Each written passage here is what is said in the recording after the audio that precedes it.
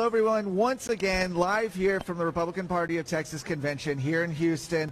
Sitting here is someone who needs very little introduction. It's Agricultural Commissioner Sid Miller, who's been a big fan favorite so far as he's come into the Texas scorecard booth here, I'd say. Commissioner Miller, first of all, you're always at these events, right? These in the Republican conventions. You've been to a few of them.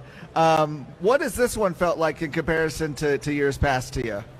Well, we didn't have one, so it feels good. Yeah, to be in person. Just to have one is great. But I always get enthused here. You say so many patriotic Texans and people that love their state, love their country, and it just oozes patriotism to come here. I always get my batteries charged up.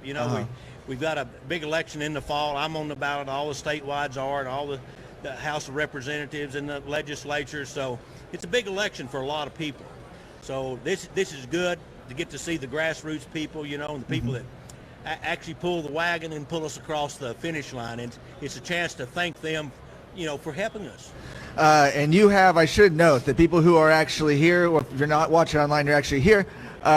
You've got a booth with, I think, an actual steer y'all have brought in here. Is that right? No bull, really. No bull. Wow, excellent. So it's Big Tex. He's a 2,200-pound Texas Longhorn. Wow. So if you're within earshot and you want to come by, he's on his way. Got hung up in traffic, but he'll be here any minute. Probably the time I get back to the booth and get your picture made with I say he's like me. He's the real deal. All right, so that's something to check out once he makes his way over here. In addition to some of the exhibit hall and people getting to network and stuff, part of the business of convention, of course, is the platform and the legislative priorities as well. Have you been watching that process at all? And if so, what priorities would you like to see the Republican Party champion going into the next session? Oh, we've got a long list of things we haven't gotten done. Prohibit government entities from lobbying. Hey, I'd like some monument protection.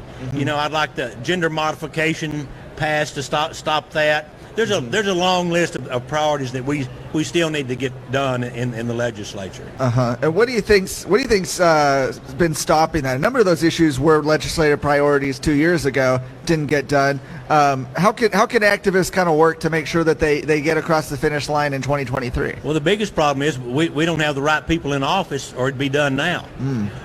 It's a little late to do anything about that. That should have been done in the primaries, and we made some changes. Hopefully we'll get better. We've got to stop putting Democrats in charge of committees in the Senate and the House. That's the first thing that needs to happen.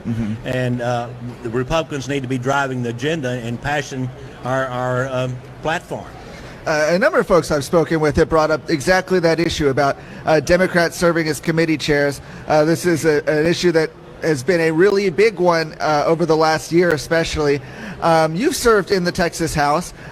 You've witnessed firsthand just how Democrats can often kill conservative legislation in the legislature, right? Well, it happens every day, and even behind the scenes or in broad daylight, but it does happen, and our priorities just don't seem to get there. There's about 19 steps in passing a bill, and if you don't get past one of those steps, it's dead. So the way the system is set up, it's set up not to pass legislation. So if you're going to pass something, it's got to be a really good bill, and you've got to be good at what you do to get it passed.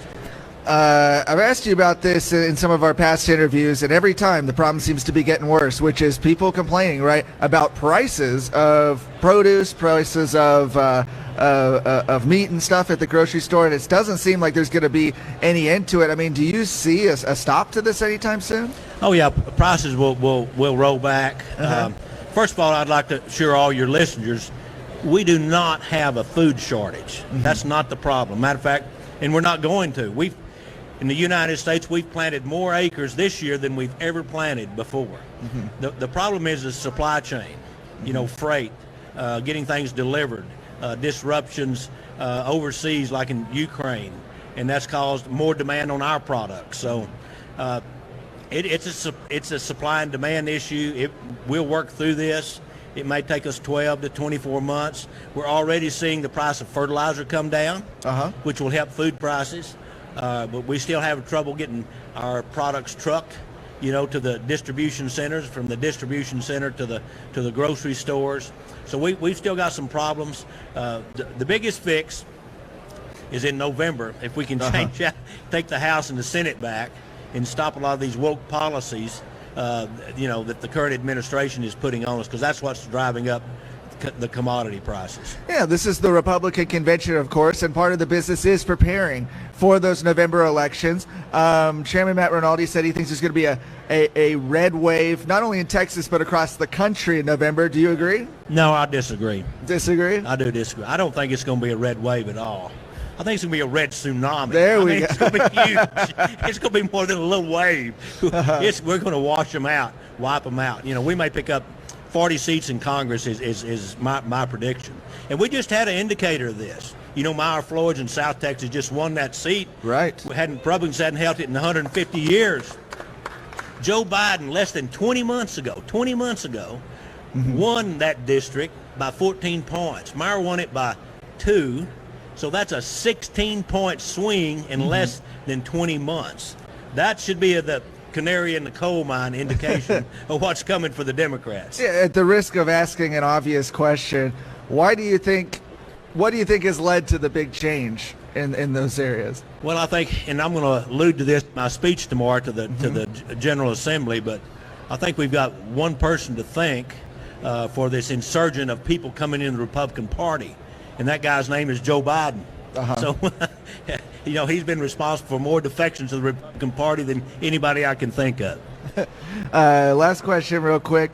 You've been called, Trump's man in Texas, right? You were an early endorser of President Donald Trump before he was president.